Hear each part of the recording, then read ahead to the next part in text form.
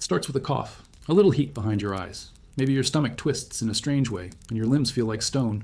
Today, you'd reach for a thermometer, maybe some aspirin, a doctor's appointment, a pharmacy run. But imagine you live in the year 1347. You feel your body weakening, but you don't know why. There are no pills, no scans, no explanations, just fear. And that fear grows faster than the illness itself. Because in the Middle Ages, getting sick wasn't just a health issue. It was a spiritual crisis, a social curse, sometimes even a death sentence. To fall ill in the medieval world was to be judged. Every ache, every fever, every spot on the skin meant something more than biology. It meant you were guilty. Guilty of sin, of imbalance, of angering forces you couldn't see or understand. Disease was rarely treated as a physical malfunction. It was interpreted as divine punishment, a signal that you, or your entire village, had stepped out of line. You hadn't just caught a cold, you had caught the wrath of God. The church was not just the moral compass of the time, it was the ultimate authority on everything, including sickness. If your child woke screaming in the night with a burning fever, the first place you turned wasn't a physician, it was the chapel. You lit candles, you confessed your sins, you begged the saints, because the dominant belief was clear. Health was a reflection of your soul, and illness, a reflection of your failure. If this journey through time moved you, even a little, take a moment to like this video. It tells the platform that stories like this matter. And if you want to keep exploring the forgotten truths of history, science, and the human spirit, subscribe and join this growing community. By the way, what time is it where you are right now? Let us know in the comments. I'd love to see where in the world you're watching from. You weren't expected to question this. People had no concept of germs, no idea about bacteria or viruses. The microscope hadn't even been invented. The idea of an invisible pathogen traveling from one body to another would have sounded like witchcraft. Ironically, the very thing people were terrified of. Instead, the explanation came from the four humors that supposedly made up the body: blood, black bile, yellow bile, and phlegm. If they were balanced, you were well. If one dominated the others, you were doomed. And what caused the imbalance? Perhaps eating the wrong food, perhaps sleeping at the wrong time, or maybe it was the alignment of the planets, or your envy, or your lust, or your pride. There was no way to be certain, and that's what made illness so terrifying. It wasn't just pain, it was mystery, and mystery bred desperation. People lived in constant anxiety, scanning their own bodies for any sign that they might be next. A sudden cough could spiral into paranoia. A rash might mean leprosy. A chill could be the beginning of the Black Death, and no one wanted to be seen as contagious, because once your neighbors suspected you were sick, you weren't just avoided, you were abandoned. Entire families hid their symptoms. Some locked sick relatives in the attic, hoping to avoid shame and exile. Others were dragged to the edge of town, left to die in isolation. To be visibly ill was to be marked, and that mark often extended beyond your body. It followed your name, your bloodline, your worth. Women in particular suffered under this stigma. If a woman fell ill, her morality was questioned. Was she faithful? Had she strayed? Was she harboring secrets that God was now punishing? And then there was the terror of childbirth. For medieval women, pregnancy was less a blessing and more a gamble. A woman could be perfectly healthy, full of life, and then vanish within a day of labor. No antiseptics, no understanding of infection. Just pain, screaming blood, and sometimes a corpse. If a woman survived giving birth, she was seen as blessed. If not, it was seen as the will of heaven. Either way, no one looked for medical reasons. They looked inward or upward. But illness wasn't always silent. It didn't always creep in. Sometimes it stormed in. When the plague came, it didn't ask questions. It painted cities black, corpses stacked in churches, entire streets burned to stop the spread. But even then, people didn't understand what was happening. Some blamed the stars, others blamed the Jews, leading to massacres driven by fear, not fact. Many whipped themselves in public, hoping pain would cleanse them of the sin that had brought this horror upon them. And through it all, the church said little except to pray harder, to suffer well, to accept the divine judgment and hope somehow to be spared. This mindset infected everyone, from kings to peasants. Even the richest could not buy immunity. The son of a noble could die just as fast as the daughter of a farmer. There was no escape, no vaccine, no plan, just hope. And in the absence of answers, people created their own. They told stories of saints who healed with a touch. They traveled for days to visit shrines where miracles had supposedly happened. Some drank water from sacred wells, others tied bits of cloth to holy trees. They wore amulets, kissed bones, swallowed ashes, all in a desperate attempt to stay on the side of life. To be sick was to be vulnerable, but more than that, it was to be exposed. It stripped you of your strength, your status, your security. You could go from baker to beggar in a matter of days, from respected father to suspected sinner, from someone with a name to someone nobody dared to touch. In a world without science, suffering became a question no one could answer, but everyone feared. And so people clung to the few things they could control. They changed their diets. They adjusted their sleep. They confessed more often. They bathed less, fearing that open pores would let disease in. They blamed foreigners. They blamed the weather. They blamed the devil. But mostly, they blamed themselves. Because it was easier to believe that pain had a purpose than to accept that sometimes suffering comes for no reason at all. This was the terrifying reality of being sick in the Middle Ages. Not just the agony of the body, but the crushing weight of judgment, superstition, and silence. And while the diagnosis might have started with the soul, the so-called treatments that followed would take things even further into the bizarre and the brutal. You're lying on a straw mattress, soaked in your own sweat. The smell is unbearable. Urine, rot, blood, fear? Flies buzz around your face, but you can't lift your arm to swat them away. The priest has come, not the doctor, because now it's not about healing anymore, it's about preparing for death. Welcome to the medieval hospital, but don't imagine clean beds, white linens, or nurses whispering calmly in the hallways. In the 13th century, most hospitals were more like religious shelters than medical centers. Staffed by monks and nuns, they were built not to cure, but to comfort the soul. Physical healing was a distant second. In many cases, patients were separated by gender, not by illness, so someone with leprosy could be lying beside someone with pneumonia or a broken leg. There were no isolation rooms, no disinfectants, no surgical tools beyond knives and thread. And yet, people still came in droves, because being admitted to a hospital wasn't seen as a path to recovery. It was seen as a final blessing, a last chance to die under holy care. In fact, many hospitals were built next to cemeteries, and it wasn't uncommon for a patient to be carted directly from the ward to the grave before the bedding even cooled. But what happened if you didn't die? What if you somehow survived the chaos, the fevers, the treatments? That's when you entered a different category altogether. You were now a miracle. Surviving a deadly illness in the Middle Ages wasn't explained with science. It was attributed to divine favor. People who walked out of a hospital were often believed to have been touched by God, chosen for a reason. Some became pilgrims, others became monks, dedicating their lives to prayer and service, but others began to call themselves healers. That's where the danger crept back in, because while some of these healed individuals claimed spiritual gifts, others claimed knowledge, secret remedies, strange herbs, ancient rituals, and soon they started drawing crowds. These were the medieval charmers, the traveling apothecaries, the forest witches. They used dried roots, crushed beetles, and whispered spells. They sold potions made from moldy bread, wolf liver, or the dust of old bones. And people paid, not because they were gullible, but because desperation makes anything possible. If someone said they could keep your child alive through winter, you didn't ask for credentials. You handed them your last coin. But this underground world of folk medicine and mysticism wasn't tolerated for long. Enter the church, and its unrelenting grip on who was allowed to heal and who was condemned. If your methods didn't align with religious doctrine, you were branded a heretic, or worse, a witch. Women in particular were vulnerable. A woman with healing knowledge was respected by her neighbors, but feared by the church. Many were arrested, tortured, burned, not for harming others, but for daring to succeed where sanctioned medicine failed. It's a brutal irony. In a time when doctors prescribed poisonous metals like mercury or drilled holes in skulls to release bad spirits, the ones who used herbs and intuition were the ones punished. And speaking of sanctioned medicine, let's return to the licensed professionals of the era, the barber surgeons. These weren't the elegant, educated physicians of royal courts. These were common men with blades, operating in back rooms, market stalls, or even inns.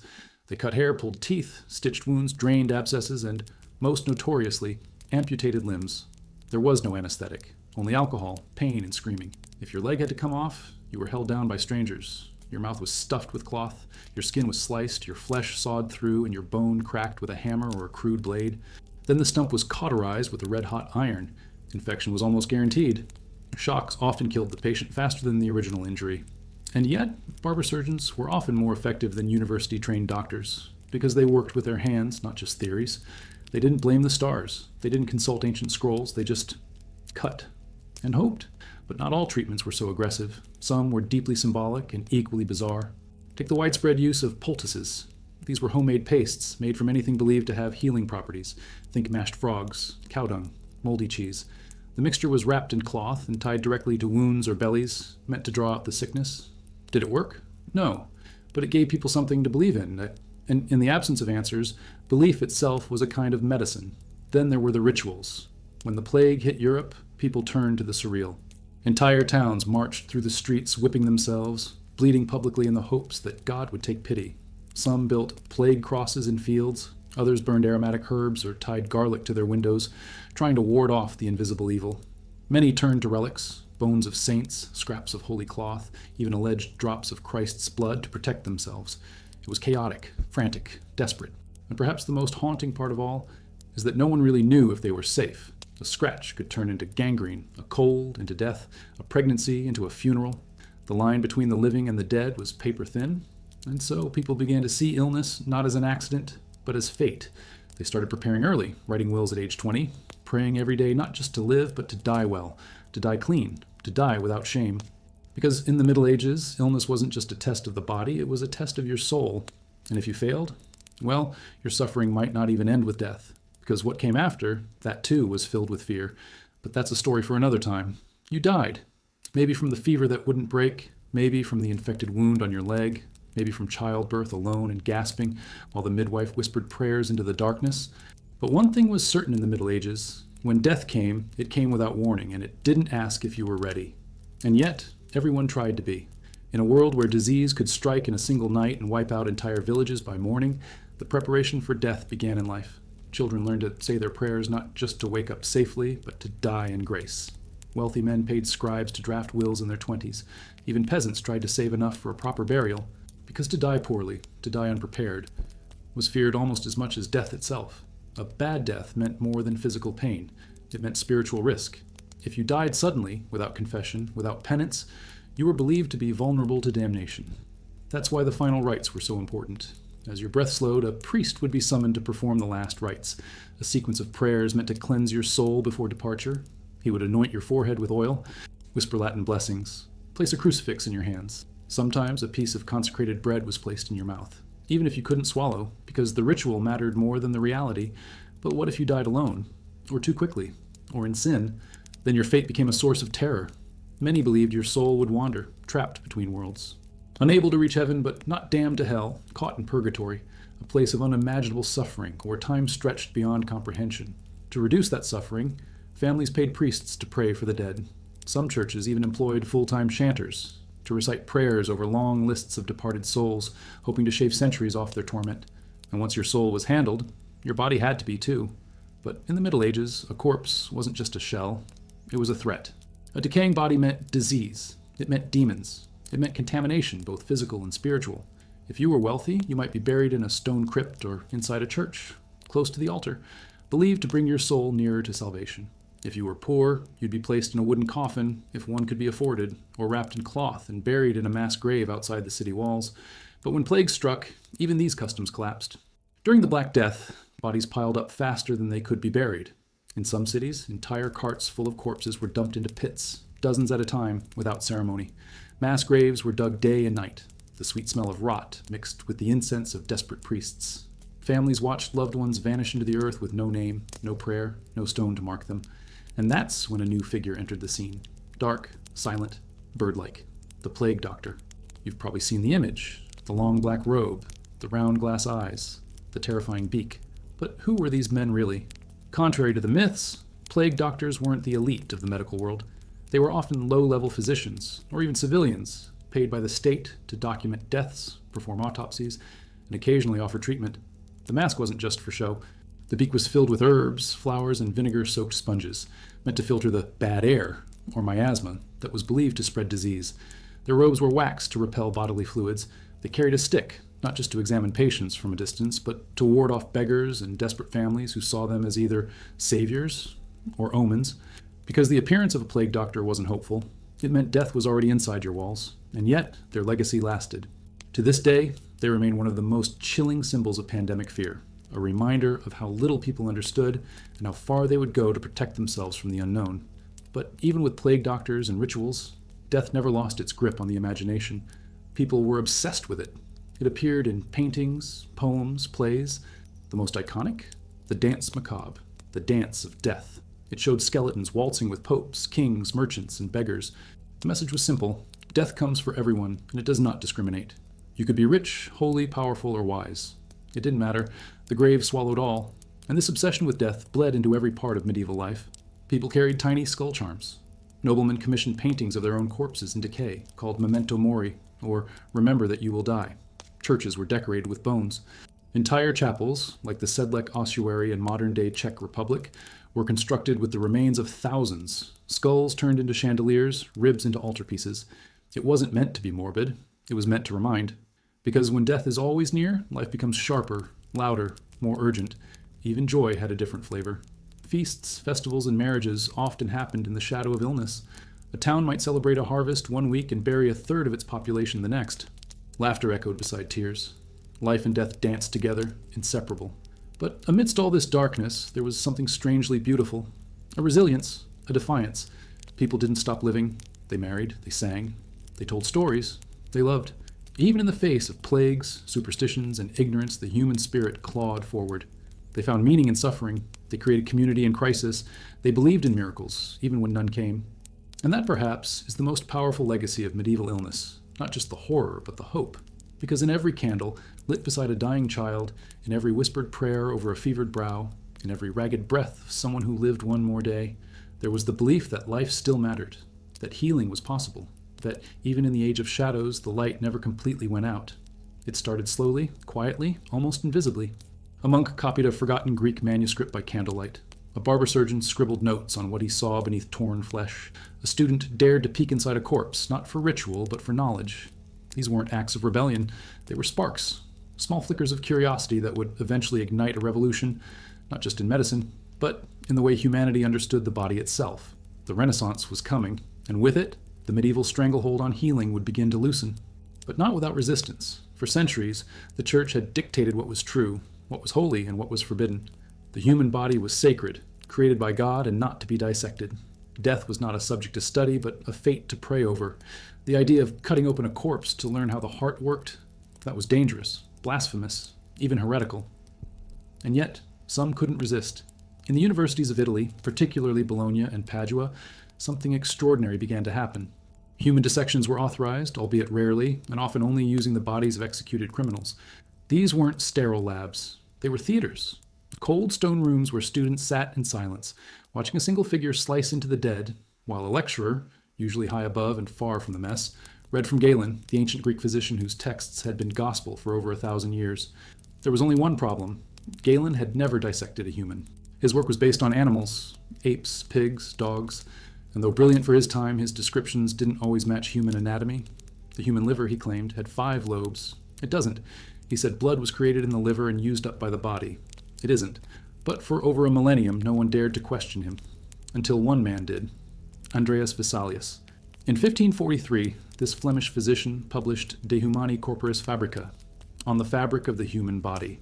It was more than a book. It was a visual revolution. Page after page of intricate anatomical drawings based on his own dissections. Muscles, bones, organs, veins, mapped with precision and clarity that had never been seen before. But what made it radical wasn't just the art, it was the truth. Vesalius dared to point out Galen's errors. He challenged the old wisdom. He declared that knowledge must come from observation, not authority. That to understand life, one had to face death with open eyes and steady hands. It was controversial, dangerous, and utterly transformative. Suddenly, anatomy became a science. Dissection was no longer taboo, it was essential. Medical students across Europe began to study the real human body, not just dusty scrolls.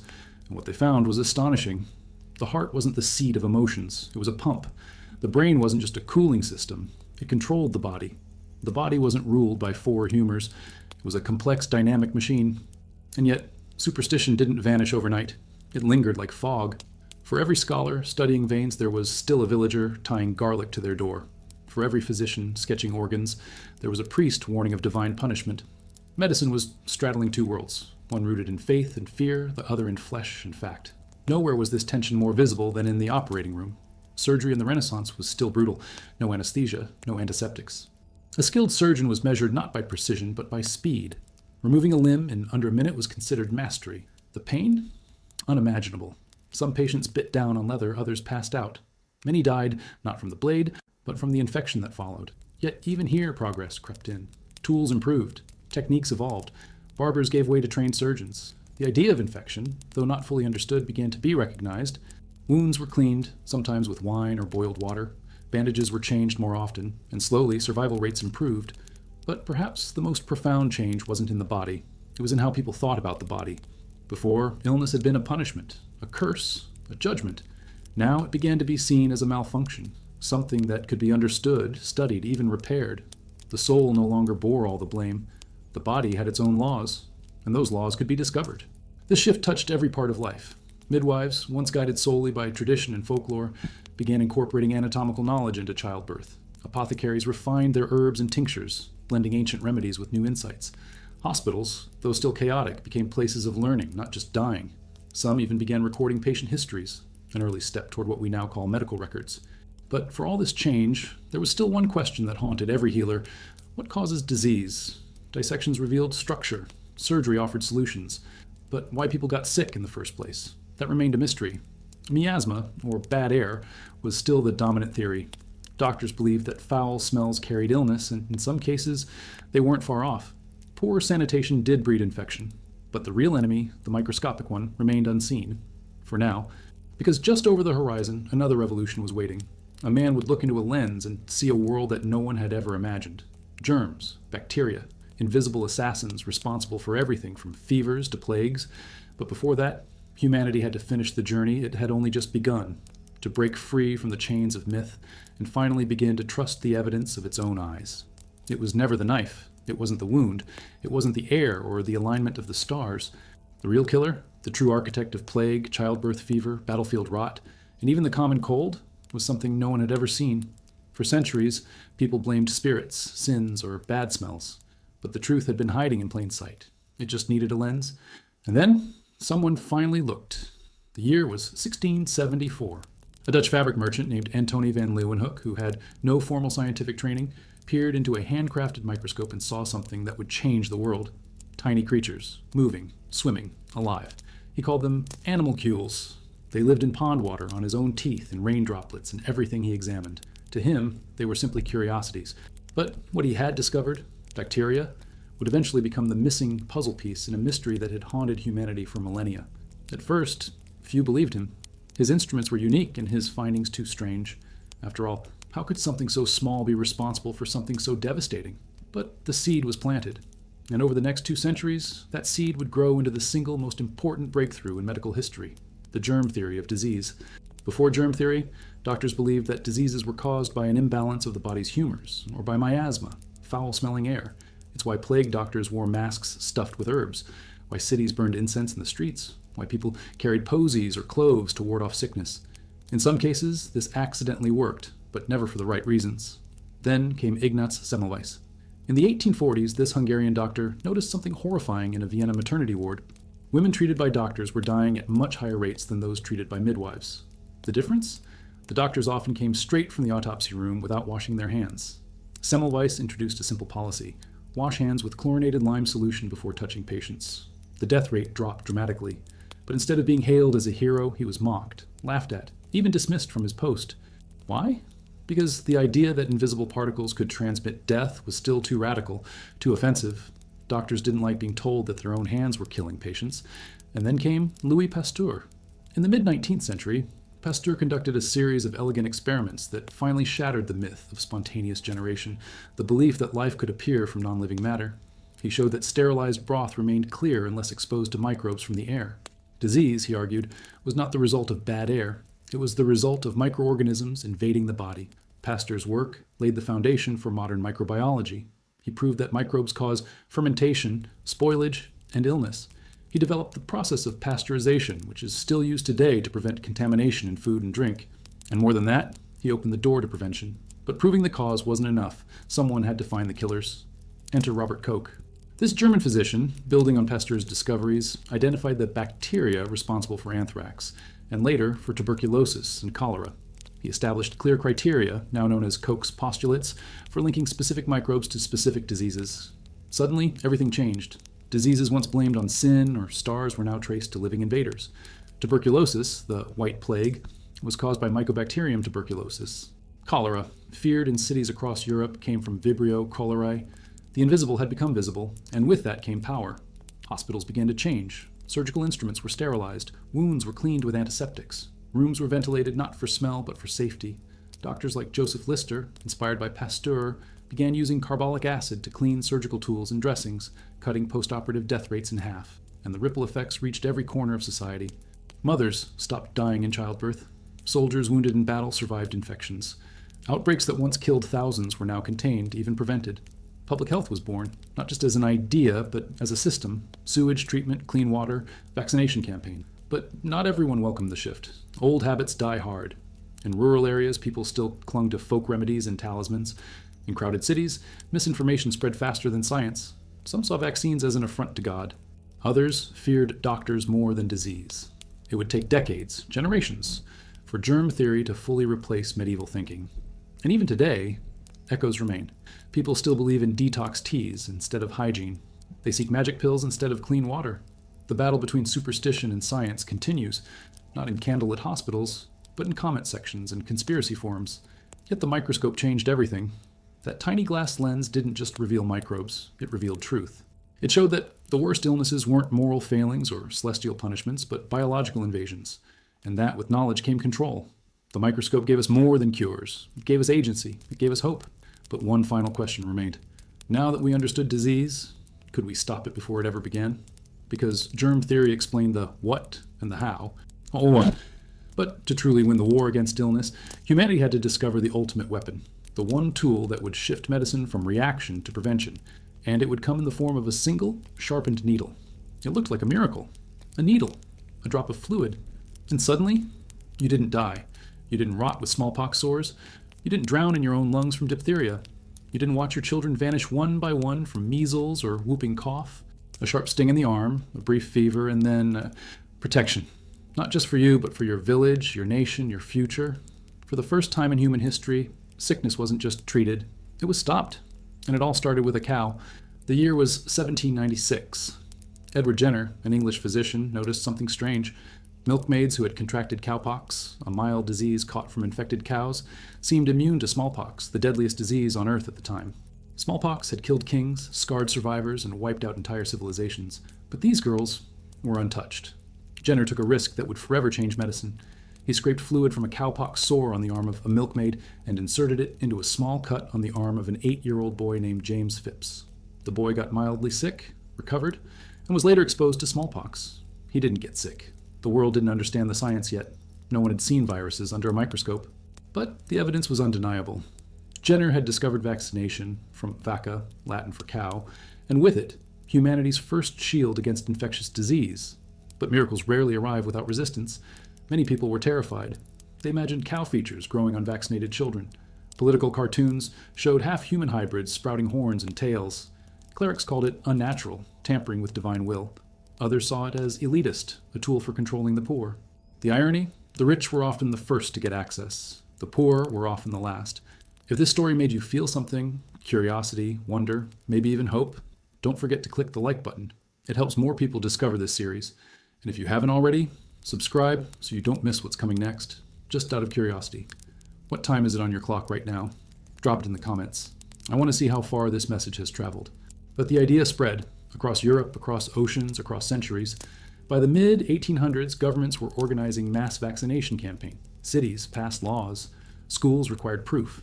And slowly, generation by generation, smallpox lost its grip. Yet for all its power, vaccination faced a deeper enemy than disease: distrust.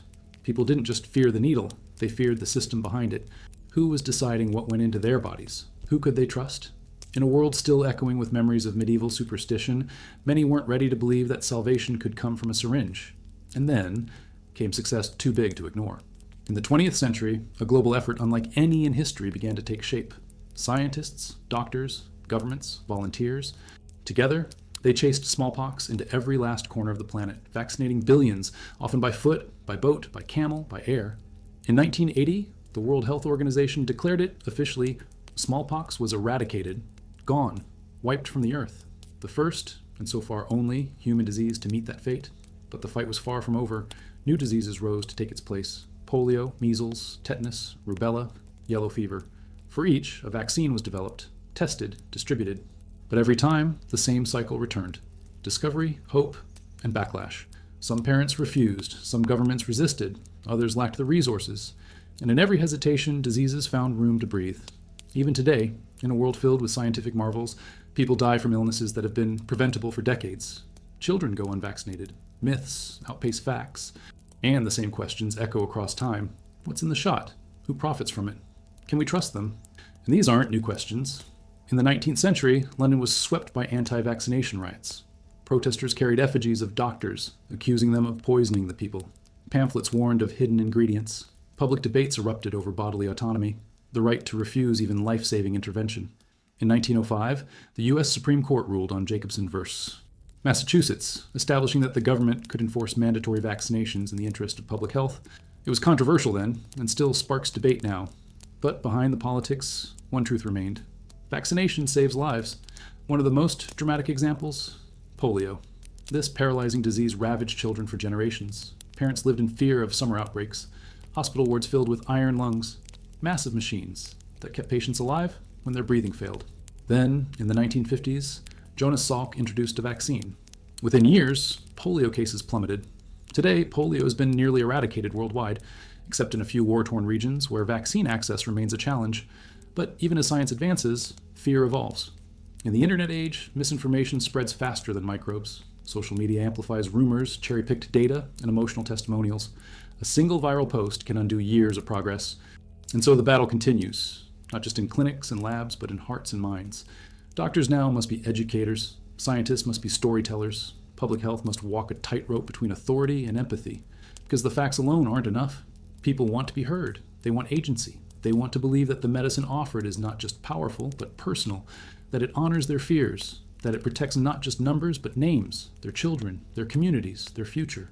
And perhaps that's the final evolution in this long story, from the ancient cries of plague-stricken villages, to the whispers of monks in death-scented hospitals, to the candlelit dissections and coughing battlefields, to the glass slides and glowing laboratories of today.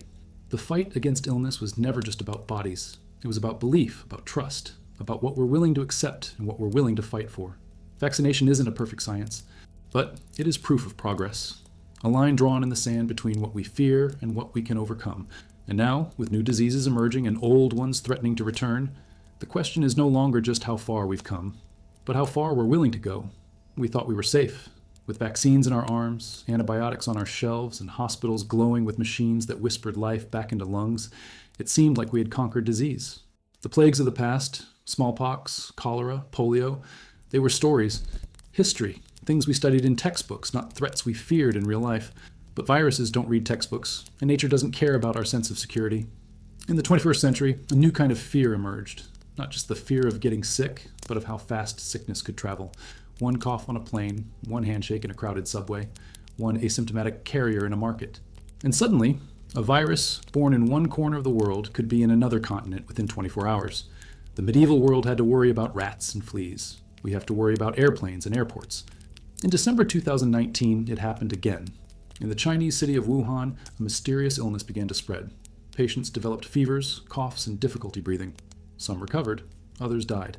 The disease had no name, but within weeks, it had a shape. A microscopic spike-covered virus later identified as SARS-CoV-2, and what followed would become a moment that redefined a generation. COVID-19. Within months, the virus circled the globe. Countries shut down, borders closed, streets emptied, hospitals overflowed, and the entire world, for the first time in modern history, held its breath together. But the virus didn't just attack lungs, it attacked everything we thought we knew about health, safety, and truth. People argued over masks, over lockdowns, over personal freedom versus public responsibility. Scientists raced to understand the virus, while conspiracy theories raced even faster through social media. Some denied it existed at all. Others blamed governments, or 5G towers, or vaccines that hadn't yet been invented. And beneath all of it was fear. The same fear that haunted plague villages in the 1300s, the same fear that locked lepers behind monastery walls, the same fear that made people swallow ground-up relics, burn herbs in the street, and pray to saints whose names they could barely pronounce. But this time, we had tools those villagers could only dream of. Within a year, multiple vaccines were developed, using technology that would have been unthinkable just a decade before. mRNA vaccines, like those from Pfizer-BioNTech and Moderna, taught the body how to defend itself without ever exposing it to the full virus. This was a medical moon landing, done not in a decade, but in less than 12 months. And yet, millions refused them. Why? The answers were complex. Political distrust, historical trauma, online misinformation, religious concerns. Some felt the process was too fast. Others simply didn't trust the messengers. And in that moment, we saw the ancient and the modern collide. The same mistrust that surrounded Jenner in the 1700s reemerged with hashtags. The same fear that ignored Semmelweis in the 1800s echoed again with headlines. The same debates about bodily autonomy, public good, and personal freedom resurfaced, this time on a global stage with billions watching. COVID-19 didn't just reveal the cracks in our health systems. It exposed the fractures in our societies: rural versus urban, rich versus poor, left versus right, trust versus suspicion. And yet, amid the chaos, there were glimmers of something else: resilience, innovation, connection. Communities rallied to deliver food to the elderly. Scientists across nations shared data like never before. Nurses held hands with dying patients when families couldn't be there. Teachers reinvented classrooms, parents became part-time medics, and the world learned to adapt. We remembered what had been forgotten: that medicine isn't just about pills or procedures, it's about people, about relationships, about understanding, about listening as much as diagnosing. But COVID wasn't the first wake-up call, and it won't be the last. In 2003, SARS. In 2009, H1N1 swine flu. In 2012, MERS. In 2014, Ebola. And now as temperatures rise and habitats shrink, new zoonotic threats are emerging, leaping from animals to humans in ways we're only beginning to understand. This is the new frontier of disease. Pandemics born of a planet under pressure. Deforestation brings humans into contact with wildlife in dangerous ways. Global travel turns local outbreaks into international crises. Antimicrobial resistance threatens to make once simple infections deadly again. Climate change pushes ancient viruses, frozen in ice, back into circulation. In this world, the line between outbreak and epidemic is thinner than ever, but so is our margin of error. The next pandemic isn't a question of if, but when. And the real test won't be how fast we can develop a vaccine or how advanced our technology is. It will be whether we've learned to communicate better, to trust science, to respond with clarity and compassion, not chaos and confusion. Because science alone won't save us. Storytelling will, education will, empathy will. And that brings us full circle, from medieval leech treatments to mRNA labs, from plague pits to mass vaccination centers, from whispered prayers to televised press briefings. We've come so far. But we've also returned to the same human dilemmas. Who do we believe? How do we protect each other? What are we willing to sacrifice for the sake of the whole? And above all, will we remember? Because history doesn't just live in books. It breathes, it mutates, it returns. And the next chapter of our health story is being written right now. The future of medicine won't come with smoke or chanting. It won't arrive in the form of plague masks or silver scalpels or even syringes. It's coming in code, in circuits, in cellular blueprints. It's already here, quietly pulsing beneath hospital lights, embedded in apps, flowing through data streams, and whispering behind the voices of virtual assistants. And it begins with something we thought only humans could do: diagnose.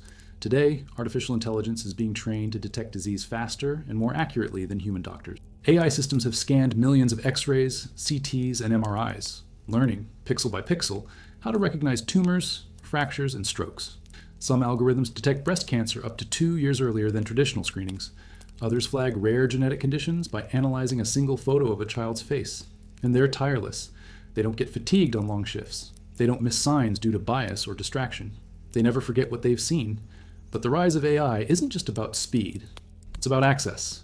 In remote villages with no doctor in sight, a smartphone can now take a picture of a skin lesion, upload it, and return a likely diagnosis in minutes. Rural clinics in sub-Saharan Africa use AI-powered ultrasound to detect pregnancy complications. Chatbots screen patients for depression with more consistency than some clinicians. The knowledge gap is shrinking. But with every advance comes a question: will AI replace doctors or rehumanize them? Because when machines handle the diagnostics, the paperwork, the scan reviews, doctors can return to what they were meant to do: listen, comfort, connect. The same future that seems cold and clinical could paradoxically make healthcare more human again. But AI is only the surface. Look deeper into the body itself, and you'll find something even more radical unfolding. CRISPR, a genetic tool so precise, so powerful, that it can snip, insert, or silence specific genes with surgical accuracy. It's already been used to cure sickle cell anemia, correct inherited blindness, and potentially eliminate deadly conditions like Huntington's disease. In 2018, a Chinese scientist shocked the world by editing the embryos of twin girls, supposedly to make them immune to HIV. He was condemned, jailed, but the boundary had been crossed. We now have the power to edit humanity itself, correct mutations before birth, boost resistance to infection, maybe even enhance intelligence or physical strength. But should we? Where's the line between therapy and enhancement, between healing and designing, between curing disease and playing God? These are no longer sci-fi questions. They're urgent ethical dilemmas, and they're coming faster than we're ready for. Meanwhile, another revolution is brewing, not in labs, but in garages. Biohackers, citizen scientists, tech rebels, and experimental enthusiasts, are pushing the boundaries of what it means to be healthy. Some implant chips in their hands to unlock doors or store medical data. Others track every heartbeat, glucose level, sleep cycle, and microbiome fluctuation in real time to fine-tune their bodies like machines. Then there are the radical ones, injecting gene therapies at home, experimenting with unapproved stem cell cocktails, pursuing biological immortality with fasting regimens, organ replacement, and experimental peptides. Is it dangerous? Sometimes. Is it reckless? Often. But it's also revealing a deep truth.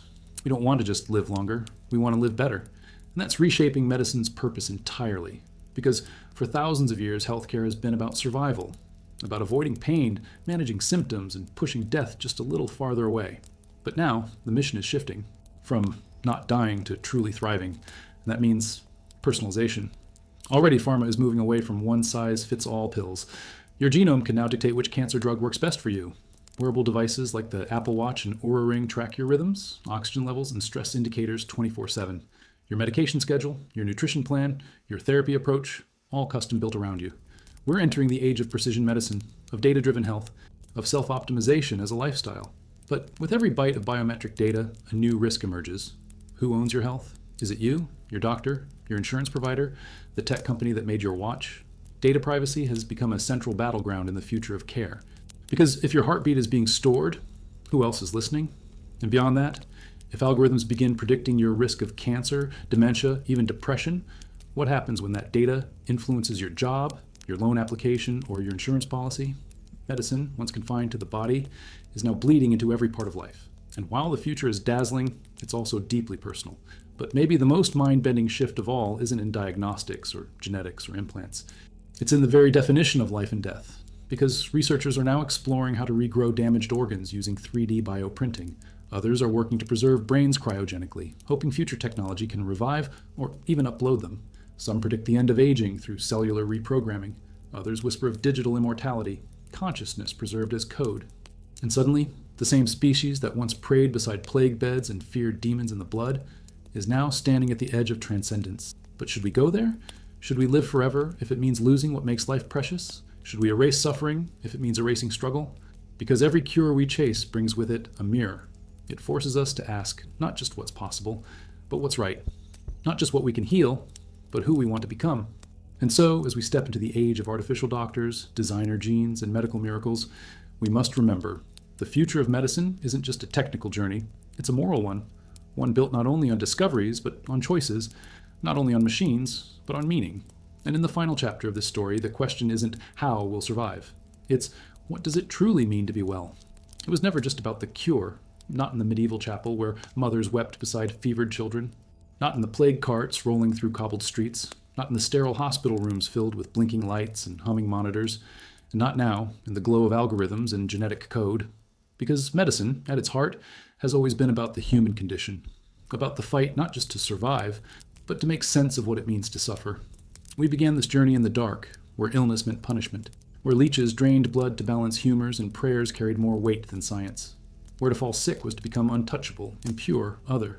But even then, beneath the fear, beneath the ignorance, there was something else. Compassion. A neighbor bringing soup, a priest holding a hand in the final breath, a mother singing over a dying child, her voice shaking but steady. That compassion, raw, instinctive, defiant, was medicine too, and it still is. Today, we wield tools that medieval healers couldn't even imagine. We can open hearts, transplant lungs, edit genes.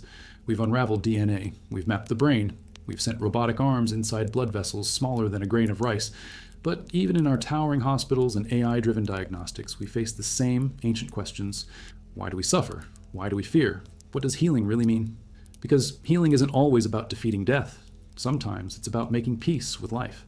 It's the nurse who stays after her shift just to sit with a patient who's scared. It's the doctor who admits they don't have all the answers, but refuses to give up.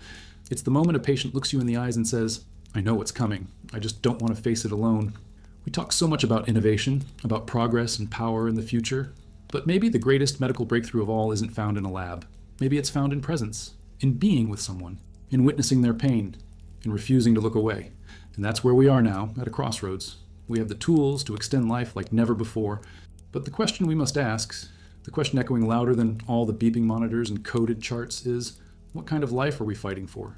A body free of disease, but disconnected from meaning? A perfectly optimized heart? and a soul that feels alone? Because if we've learned anything from the centuries that came before, from the leech jars to the plague masks to the cryogenic tanks, it's that healing has never been purely physical. It's spiritual, emotional, communal. A wound on the skin can be stitched, but a wound in the spirit? That takes something else entirely.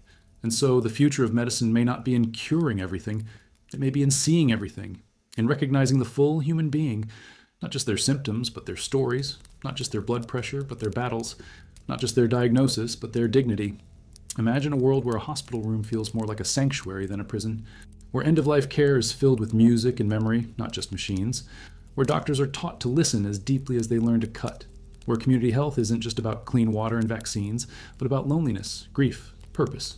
That's medicine too, the kind that can't be patented, the kind that transcends centuries. Because while science heals the body, story heals the soul. And maybe that's why we tell these stories, why we revisit the medieval hospitals, the plague doctors, the battlefield surgeries, why we trace the path from superstition to science, from prayer to precision. It's not just curiosity, it's memory. It's humanity reminding itself over and over again that we've always tried, that we've always reached for each other in the darkness, that every act of healing, no matter how small or flawed, has always been a kind of hope. And now we stand on the edge of something extraordinary, not just technologically, but morally, emotionally, spiritually. We are the generation that will decide. Will we use our tools to divide or to unite, to prolong life or to enrich it, to escape death or to embrace meaning? Because the future of medicine isn't just artificial intelligence, it's emotional intelligence. Not just faster cures, but deeper care. Not just erasing disease, but restoring wholeness. And in the end, maybe that's what we've been searching for all along. Not immortality, not perfection, but something far more ancient, far more powerful. To be seen, to be held, to be healed. There's a moment just before dawn when the world holds its breath. The machines are quiet, the corridors still. The sky outside shifts from black to deep blue, and for just a second, everything feels suspended, as if healing is not a task, but a possibility. This is where we end. But endings, like diagnoses, are never simple. Because even as we close the final chapter on leeches and plagues, vaccines, and algorithms, something deeper rises to the surface. A truth that medicine alone can't explain. A question that pulses beneath every advancement, every miracle, every wound. What does it mean to be whole? Not just unbroken, not just free of disease, but truly whole in body, mind, and spirit. In the ancient world, healing was never separate from the sacred. Temples served as hospitals. Priests were also physicians. To treat a body was to touch the divine. Some of that faded during the Age of Reason as science pulled us from myth to microscope. We gained knowledge, yes, but often at the cost of wonder. Today, we're beginning to rediscover what was never really lost. That healing is not just chemistry, it's connection. And the future of medicine? It may not lie only in supercomputers or stem cells. It may also lie in things we've overlooked all along, like the way a forest lowers your blood pressure, the way music calms your heartbeat, the way community boosts your immune system more than vitamins ever could. Nature is medicine. Laughter is medicine. Touch is medicine. And increasingly, modern science is proving what ancient wisdom always suspected. Studies show that loneliness increases mortality more than smoking 15 cigarettes a day. That patients who feel heard by their doctors are more likely to heal. That people who forgive live longer than those who hold on to anger. That trauma doesn't just scar the psyche, it reshapes the body. And that hope, measurable biochemical hope, can change recovery outcomes in stroke victims, cancer patients, and even infants in neonatal care. We are not just cells, we are stories. And healing, in its deepest form, is about being part of something larger than ourselves. It's the dying man who asks to hear birdsong one more time, the child with chronic illness who finds peace in painting, the elderly woman in hospice whose pain eases, not from morphine, but from the visit of a long-lost friend. These aren't exceptions. They're reminders that we are not just brains to be scanned or blood to be drawn. We are emotion. We are memory. We are love and longing and meaning, which is why the future of medicine cannot be built in laboratories alone. It must also be built in gardens, in classrooms, in kitchens and parks, and conversations and silence. In a world racing for the next cure, we must not forget to care. Technology will continue to evolve. We'll 3D print organs. We'll develop pills that talk to your phone. We may even upload parts of our consciousness one day. But if we lose sight of the human, we lose the very thing we're trying to protect. And so the challenge is not just medical, it's moral. How do we stay human in an age of machines? How do we hold on to empathy when data floods our screens? How do we teach the next generation of doctors to listen, really listen, when AI can diagnose in seconds? How do we remind ourselves that a hug, a laugh, or prayer may sometimes do what a pill cannot? We are entering an age where the boundary between physical and digital, natural and engineered, is dissolving, where a therapist might be a virtual avatar, where your heart might be monitored by a bracelet, where your genome might be edited like a Word document, but beneath all that code, all that promise, there will still be us, flawed, fragile, glorious, still asking the same questions we asked when we stood under candlelight, clutching herbs and reciting psalms. Will I get better? Do I matter? Am I alone? And the answer, now as then, is this. You are not alone. You're not just a body. You're not just a diagnosis. You are a human being. A soul stitched with scars and stories. A heart still learning how to beat in rhythm with others. A life not measured in vital signs, but in the lives you touch. So when we ask what the future of healing looks like, let's not forget to ask, what does human flourishing look like? Not just in hospital beds, but in living rooms. Not just in vaccines, but in values. Not just in survival, but in soul. Because in the end, medicine may keep you alive, but meaning is what makes you want to be.